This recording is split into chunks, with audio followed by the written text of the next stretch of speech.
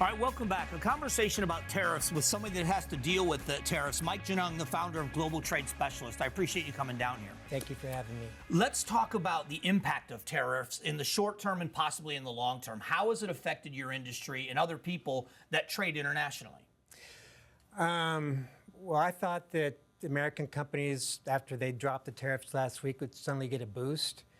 But what I've been hearing is that they're shell-shocked, and it's actually declining their business. Their customers are backing out because they're afraid of the instability in the environment right now. So is the concern more about the uncertainty, or is it about the money involved in tariffs? Is the uncertainty the issue? Yeah, because there's only a 90-day break for imports from China right now, from 145 to 30%. And we don't know with the administration where they're going in 90 days because it hasn't been exactly fluid. So the long-term effect, the president believes it's going to bring jobs back to the U.S. and it's going to open markets in other countries. He's used Japan in the car market as an example of Japan has a great footprint in the U.S., but there's not much of a footprint for automakers in Japan. Do you believe that policy is one that will work, that eventually this might open trade? Well, right now we have 500,000 open manufacturing jobs in this country, so we can't even fill those roles with what we have. And I've seen that there's 7 million more young men that are out of the workforce because they choose to be. So I just don't see that being realistic. And because of the labor force issue? The labor force, but also the work ethic. So, for example, we've been trying to source products in the U.S. recently, and I've been doing these experiments, and we contacted 93 American companies for an easy product, apparel, clothing. It was real simple. We got 12 responses out of those 93 phone calls and 1 quote. It's very difficult to source products from this country. So if you were able to give advice to the administration on this, what do you think is the best model, not just for your industry, but for the U.S. economy? We go back to the roots. The problem is our education is falling apart.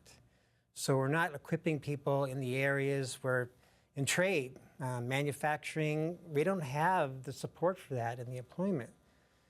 So we need to go back to education. I mean, if I was running a high school, I would not let anybody out of junior high without basic reading, math, writing skills. And then I would take high school. Instead of having everybody take geometry, algebra, and all the stuff half of them aren't going to use, I would have vocational tracks that kids could choose from.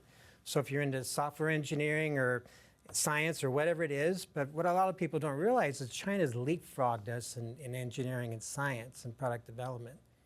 2 years ago, the Chinese, there were 500,000 patents filed in the U.S. That sounds like a lot.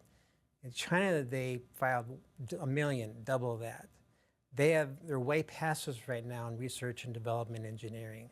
One of the big things that I'm a proponent of here are the CTEDs, the Career Technical Education Districts, just what you're talking about, vocational training for high school kids. With the TSMC coming here to Arizona and more tech coming, it seems like we're focusing on just that industry. Do you think that we could do this with young people in multiple industries? If we give them a reason and a purpose to do that, and we have to sell them on why they should do this. And I saw one survey recently that said that 60% of youth, when they were asked what they want to do, they want to be YouTuber influencer. Yeah. That's not exactly a career there.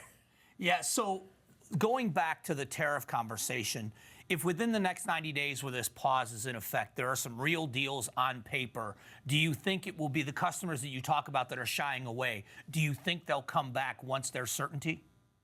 Depends on what the deal is. Okay. So, I mean, if we're stuck at 30%, who knows? Maybe, but that's a heck of a lot better than 145%. But right now, you read in Target and Walmart and Amazon, they're raising their prices from inventory they just got. This is going to take some time to work out of that system. Well, I appreciate the expertise because what we deal, a lot of times in our minds, we deal in hypotheticals. You're actually working in this industry and dealing with it every day, so I appreciate you coming down. Thank you.